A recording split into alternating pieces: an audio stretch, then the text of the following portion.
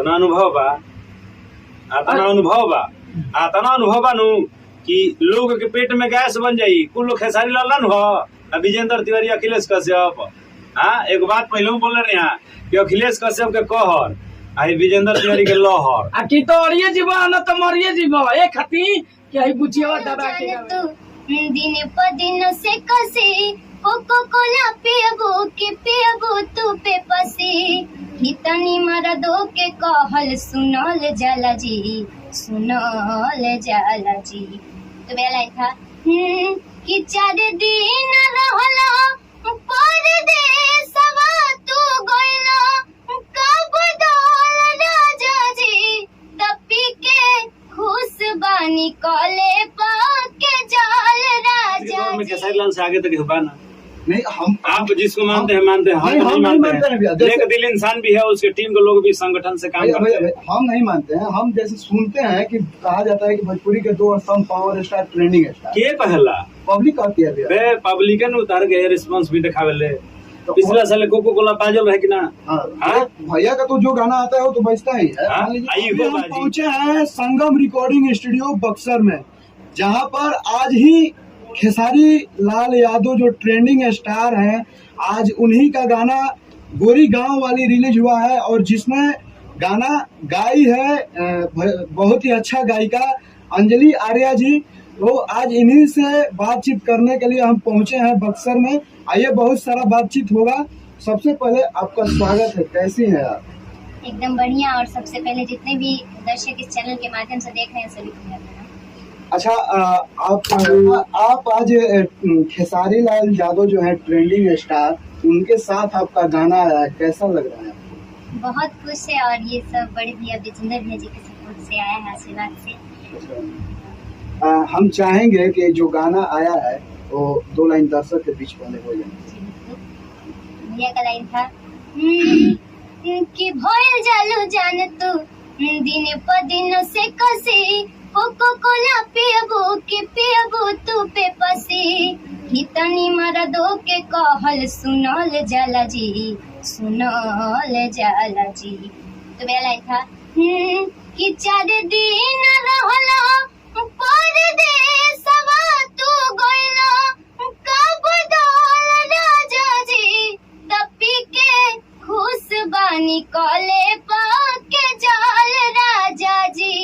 अच्छा, इतना कम उम्र में ट्रेंडिंग स्टार जो खेसारी लाल यादव भैया हैं, उनके साथ आपका गाना आ रहा है, ये सब कैसे? ये सब पता ही थे भैया के सपोर्ट से आ रहा है। अच्छा, विजेंद्र भैया, देखिए हम बता दें कि जो संगम रिकॉर्डिंग स्टूडियो है, उनके ऑनर बड़े भैया विजेंद्र तिवारी भैया हैं। तो आइए भैया, आपका भी स्वागत है, कैसे हैं आप? हम तो बढ़िया हैं, आप कैसे हैं? हम भी ठीक हैं। जे भी रोवा न्यूज के रोवा सबके दोनों न्यूज के माध्यम से जे भी हमने के देखा पड़ती है दिल से प्रणाम बा, शुक्रिया अदा करते हैं। और वो सबके खास करके शुक्रिया अदा करके हमने के बाद पब्लिक तक वो सब पहुँचाओ। भैया क्या कहिएगा, ये जो गाना आया है, इतना सुपर स्टार जो अभी चल रहा है गाना, ट्रेंडिंग स्टार खेसारी लाल यादव भैया के साथ आया है, इसके बारे में आप क्या कहिएगा? आप सुने हैं गाना? हाँ भैया, रिलीज हुआ है, आज ही सुबह रिलीज हुआ है ना। हम आ रहे थे तो गाड़ी में सुनते ही आ रहे थे आपका गाना। तो आप वही सुने थे कि अगल बगल में और भी लोग सुन रहे थे? बहुत जो बैठे थे वो लोग सुन रहे थे। तो कहे कि का गाना आइल बा, खेसारी जी के गाना आइल बटे, पूरा भरोसा विश्वास के साथ हम कहते हैं बात के भी हिट बा 100% हिट। धरातल पे बाजे वाला खाटी माटी के गायकी भेल बा में, मैटर भी पारंपरिक चीज बाटे, बढ़िया से गवाइल भी बा, बढ़िया से म्यूजिक बाजल बाटे। ये गाना के लिखले बड़े आई अखिलेश कश्यप जी, दीपक मतलबी भाई जो उनकी हमारा बगल में बैठल बड़े के कंपोजिशन के लिए बड़े छोट भाई शुभम तिवारी जी, बड़ भाई जेपी तिवारी जी म्यूजिक बनाने बड़े, बाकी है हमारे पीछे और गौले भी अंजलि आर्या। लास्ट बार मन में खुशी बा, हमने खातिर बड़ा भैया, आपके स्टूडियो से बच्चियाँ गाती है अंजलि जो है, तो ट्रेंडिंग स्टार खेसारी भैया के साथ गा रही है, आगे आगे किनके साथ आएगा गाना? सब कलाकार के साथ आएगा। करीब करीब करीब खेसारी लाल से ऊपर बा के खेसारी लाल से माने आज के डेट आज के दौर में खेसारी लाल से तो ऊपर के बा ना। जैसे कि कहा जाता है कि भोजपुरी में दो स्तंभ कोनो स्तंभ नहीं केहू कोनो स्तंभ नहीं के खेसारी लाल नेक दिल इंसान भी है और कलाकार भी है। खाली गायकी से मतलब थोड़ी होता है, कलाकार और कला आवे के चाहिए, एक्टिंग भी आवे के चाहिए, डांस भी आवे के चाहिए, तब तो प्रॉपर कलाकार कहबा। नौकरी लागी तो भैया वो तारा दौड़ करे के बाद बीम करे के बाद मेडिकल फिट होइबो फिर रिटर्न में पास हो तब न तार परफेक्ट एगो नौकरी लगी। एगो चीज से कलाकार नहीं कहल जा सके। तो मैंने आगे चल के कौन थे सब गाना आएगा या? अरे भैया तो का कहते नहीं तो समय बताई। अभी कोई नहीं ना अभी सबसे बड़ा कलाकार खेसारी लाल यादव।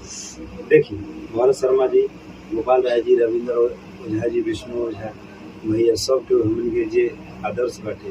ये आदर्श के अलावा नवजुवक में जो अभी आज के दौर में जो कलाकार गावत वो हमें नंबर 1 कलाकार खेसारी लाल यादव हवे। आ खेसारी लाल यादव से भाई ऊपर तो केहू बा ना। खेसारी लाल यादव में गा दिया वो बराबर उनका साथ गावल। प्रमोद प्रेम यादव भाई उनको में गौली अभी भी गावत रही। टुनटुन यादव उनका में गावते बाड़ी। रितेश पांडे जी उनका में गवाही के बाद भी। अंकुश भाई राजा बालू गोलू में गावत गोलू गोल्ड में, गोलू राजा में सब में गावत। मैंने आप साथ कहिएगा तो पवन भैया के साथ मैंने नहीं है यही मतलब का है उनका से हमारा कोनो नहीं। तो अब भैया सबका नाम धर रहे हैं, पवन भैया के बाद सब काट दे रहे हैं। कौन सा बात वो कौन भैया के बात में कहा है हम मान लीजिए कि बच्चिया है अब आगे बढ़े, भगवान करे कि बहुत आगे तक जाए। एकदम बहुत आगे तो महाराज तो खेसारी लाल से ऊपर बा के आगे की क्या कहा जाएगा। नहीं भैया जैसे कि आज के दौर में खेसारी लाल से आगे तक बा ना। नहीं हम आप जिसको मानते हैं मानते हैं, हम नहीं मानते हैं। नेक दिल इंसान भी है, उसके टीम के लोग भी संगठन से काम करते हैं। हम नहीं मानते हैं। हम जैसे सुनते हैं कि कहा जाता है कि भोजपुरी के 2 स्तंभ पावर स्टार ट्रेंडिंग स्टार के पहला पब्लिक कहती है बे पब्लिकन उतार के रिस्पांस भी दिखावेले।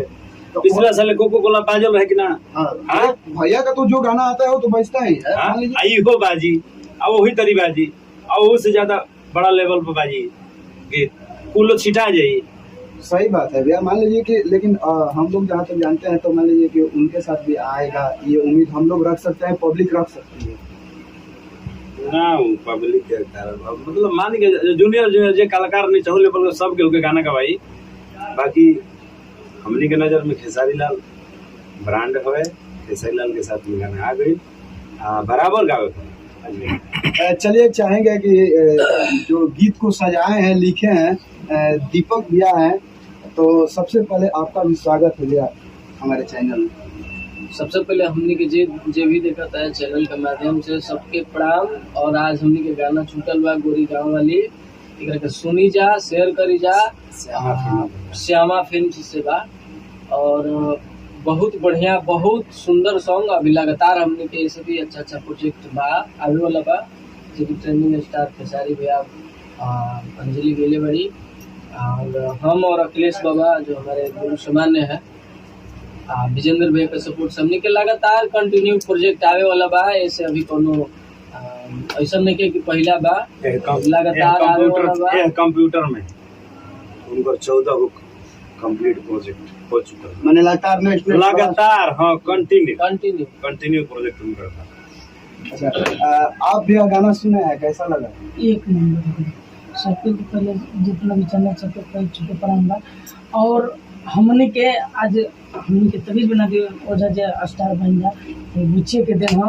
आज गाना भी आयल बा जबरदस्त। आज एकदम कितना खुशी की बात बा। हमने के सुबह से नींदे नहीं के सुतले नहीं खींचा और सुबह ही से हमने के सब देखते जा कितना मस्त लगता।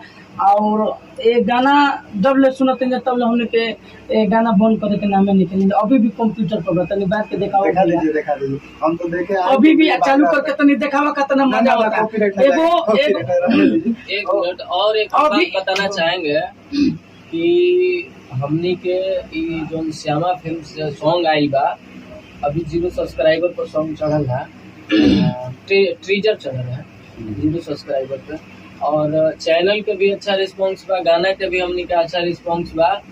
और अभी जो आवे वाला बा हमने के एकरो से बेटर मैटर किसको बोलते हैं आप गाना सुनिए, उसके बाद कुछ मैटर क्या होता है। अरे बाजे के तो कोई बाजे का आज महाराज अभी हमारे 2 घंटा गाना रिलीज भइला हमनी के, हमनी घर से निकलते हैं तो गाड़ी में हमनी गाना सुनता पी के खुश बनी कॉले पके जल राजा जी, तो दिल में तसल्ली बा, हमनी खुश, हमारे गाना बाजे लगल रोड पर। आज अभी गाना रिलीज भइल 2 घंटा पहले आ गाना रोड पर सुनाए लगा। अब से बड़का कामयाबी का ऐसे बड़ा कलाकार दिल के भी तो धनी होके चाहिए कलाकार, तबे तारे के मानल जाई तबे तारे के मानल जाई कलाकार। ये तरी तारे के कलाकार मानत तू अपना घर खती कलाकार हो साहब बाहू के होई। खेसारी लाल सब ना हो जाई, विचार व्यवहार से भी खेसारी लाल कहके के चाहिए नो। सही बात, के साथ साथ विचार व्यवहार भी होके के चाहिए। आपको हमें प्रूफ दिखाएंगे। अभी हमारे जो कुछ मित्र है, कुछ दोस्त है, कुछ फैंस है जो खेसारी भैया के है, वो लोग कहीं कहीं पर डीजे लगा कर इस सॉन्ग को बजा रहे हैं। आप दिखाइए इस चीज को, ये देखिए।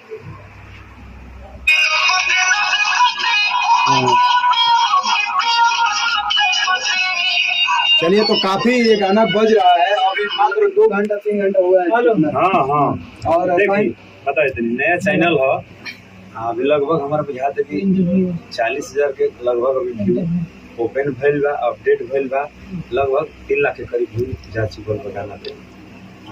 रेशियो ठीक बा, नया चैनल रहला के बावजूद भी अगर रेशियो ठीक बाटे, सबके सुतल बा, सुत के उठल बा आदमी, तो ये रेशियो ठीक है काहे बढ़िया बा। रुपया पैसा कोनो ऐड नहीं लागल भैया, नहीं हमनी के लगा, हमनी के अपना ओरिजिनलिटी में दम बा, हमनी के भरोसा बा, हमनी के हिट बा, हमनी के मान ले बन जा हिट बा, बनौनी डमिए कनी जो दिन हमनी के कहने के मैटर हमनी के हिट बा, आखिर से रोकाई ना श्योर बा। भैया तो भैया को अभी लगातार गाना आएगा श्यामा फिल्म से कि अलग अलग हम सब कंपनी से प्रोजेक्ट आई। अभी टुनटुन यादव के साथ में अभी काले फाइनल भइल 5 गो गाना गवा के मिक्स होके चली गई, और आज भी 3 गो गवाया लबा, 3 गो प्रोजेक्ट आइल बटे। सब प्रोजेक्ट होते बा, सब होते बा, अंकुश भाई हमनी के बनौल है बन जा, कल्लू भाई खातिर बनौल है बन जा, सब के खातिर प्रोजेक्ट करत जा हमनी के लगातार कंटिन्यू। तो अंजलि जी जाते जाते क्या कुछ कहिएगा आप? बस आप लोग अपना आशीर्वाद प्यार बनाइए, और बहुत प्यारा गाना है, आप लोग सुनिए और आनंद लीजिए। अच्छा, सब लोग जानना चाहते हैं कि आप इतना कम उम्र में भोजपुरी इंडस्ट्री में आई है और बहुत हिट पे हिट सॉन्ग दे रही है, इसके पीछे का राज तो बता दी विजेंद्र भैया है, जो कि काफी सपोर्ट करते हैं आपको, और आगे का क्या क्या प्लानिंग है आपका? बस ऐसे ही मेहनत करते रहना और आगे बढ़ना है। चलिए, उम्र कम बा, हमार उम्र कम नहीं जी, आई हमारा मार्गदर्शक में बड़ी, हमारा उम्र कम नहीं, हमारा अनुभव कम नहीं के, हमारा बहुत अनुभव बा, अंतिम छोर तक का अनुभव बा हमारा। हमारा उम्र कम नहीं के, हमारा उम्र बिल्कुल फिट बा, हर चीज के हमारा जानकारी बा, सौतुक जानकारी बा, नकली चीज हमनी के ना आवेला, नकली बात बतिया आवेला, ओरिजिनल जोन बात तो चीज के हमनी के परोसे आवेला एकदम। हाँ, तो इतना दावा से क्यों कह सकते हैं कि आप पूरा का गाना ब्लास्ट ही जाएगा? इतना अनुभव बा, आतना अनुभव बा नु कि लोग के पेट में गैस बन जाई, कुल लोग खेसारी लाल हो, विजेंद्र तिवारी, अखिलेश कश्यप। हाँ, एक बात पहले बोले रहे हैं कि अखिलेश कश्यप के कहर, आई विजेंद्र तिवारी के लहर, आ की तो अड़िए जीवा न तो मरिए जीवा, एक हती कि आई बुचिया दबा के गावेले। आज न तो अगर देख लो, पहले गायकी देखो, पहले गायकी देखो कि कितना खो एकदम पानी के जैसन बा, जैसे बोले वाला ना वीडियो में बिसलहरी, तो वैसे बिसलहरी ऐसा पानी बा, ये हौसन गढ़ा के पानी ना हो, 15 धुआं होई, प्रोजेक्ट बा, 15-16 गो एक लाइन से कंप्यूटरवा में, मगर खोलल जी ना एक हती प्रोजेक्ट बा, 6 मिनट में चोरी हो जाता, तो सही हो जाता। आवे दिखाली ओकरे बाद तने सबसे बड़ा बात, ये बुचिया के गाना फिर से सुना, देखो कितना खतरनाक गावती है। हम सुन लेंगे। सबसे बड़ा बात भैया बता जाएंगे भी, सबसे बड़ा बात है इस इंडस्ट्री में मैं लड़की लोग गाती है ना, लेकिन ऊपर स्केल में जो गाती है उसका आवाज क्लियरली नहीं आता, एक एक शब्द क्लियरली नहीं आता, लेकिन ये जो बच्ची है ना ऊपर स्केल का टर्न के गाती है और एक एक शब्द को उच्चारण करती है। 9 महीना में हमने का स्टार बनत है संगम पर, अने तो तपिस बना दी ओझा जी हमरे ना हो, एकरे ना देन हो। अच्छा, हमनी हमनी के टीम आओ 8-9 महीना के कलाकार के स्टार बना, अभी साल 2 साल शांति रहम, तो देखिए कि पवन खेसारी जमलवी बन। हां, जमाल स्टार्टिंग है। भैया का कुछ कहिएगा? कहे के का बाकी एकदम धूल उड़ता, उड़ी यही तरी अपोजिट टीम वाला हवा में उड़िया जुल, हवा में का जानते हैं दा ए बुचिवा एगो अच्छा तनी अपना भोजपुरी में अपोजिट तो अपोजिट लोग कंपटीशन जे रखेला नु तो निको ठेका ठेकी ना आई लाइट लगावला से एकदम साफ न उड़ा जे जाना तो उ जान गेल होखी कि कब का भइल बा कब खेला का भइल बा। यही से विजेंद्र बाबा के कहर आ अखिलेश के लहर आ की तो अड़िए जीव न तो जमाल संगे भिनब तो मरिए जीव ई होई। यहाँ ऐड लगाना तो नहीं ना होगा भैया। ऐड लगा के व्यू भगाइबो नया चैनल को उठाइए, नए लोग नया को कलाकार के दीजिए ना। उठाओ, नया चैनल के उठाओ तब न तारा के जानी के मर्द हो नया सिंगर के उठा हाँ। हमारा कलाकार लेके भगला गाना गवा उतर तू मर्द बनतर तू ऐसा ना के गायकी बाबा गायकी पर में है यार करीब करीब गुस्सा में क्या करे के बा। अभी हमारा लोग जियता चार गो कुकुर बाड़े से पटना में बैठल बाड़े सो नोची नोची के खा तरे सो एगो ओकरा डायलॉग- पता नहीं के बढ़िया से पता बा खूब बढ़िया समझाने एगो डायलॉग फेमस हुआ था, पवन सिंह बोल रहे थे झमकावला से होई ना भैया, झमकावला से ना होला, दिखावे के पड़ेला। और बात सही कर बा कि क्यों बनाती हो रात के महल कल अपने खुद से मिटाओगी। आज कहती हो विजेंद्र बाबा से प्यार है, कल तक उनका नाम तक भूल जाओगे। एक हती कि जब तक कुछ रखले न सटा के तब तक बड़ा होशियारी आ जब तनकी से अगर आंख खोले तो धड़ दिन उड़ गिलो तो हे करे के ना न उड़ैबो हेने देख त गाव न बुचे तनी एगो गाना गाव कौन चले न गाँव में सिखा दिया गौरी स्टार खड़ा कर दिया अपन वाला एकदम कौन अपन वाला? अरे जो याद छूटा गोरी गाँव वाली पूरी गाँव पंच लाइन अपना लाइए इच्छा दे दिन रहला परदेसवा तू गइला का बदल राजा जी ओहो। पी के जिया उस बानी कले पके जल राजा जी पी के खुश बानी कले पके जल राजा जी। जाते जाते आप हमारे चैनल पर डालिए। जे भी चैनल के माध्यम से जे न्यूज देखा था तो सबसे आग्रह बा, विनती बा, रिक्वेस्ट बा, निहोरा बा, ये चैनल के माध्यम से वो सब न्यूज देखते हैं। अगर अच्छा लगी तो अच्छा से कमेंट करी, लाइक करी, शेयर करी, भाई के चैनल के आगे बढ़ाई। जय माता दी, हर हर महादेव। चलिए तो अभी हम संगम रिकॉर्डिंग स्टूडियो में आए हुए थे और कैसा लगा हम लोग का वीडियो आप लोग कमेंट करके जरूर बताइए। देखते रहिए प्रगति न्यूज लाइव। मिलते हैं किसी और वीडियो के साथ, तब तक के लिए धन्यवाद।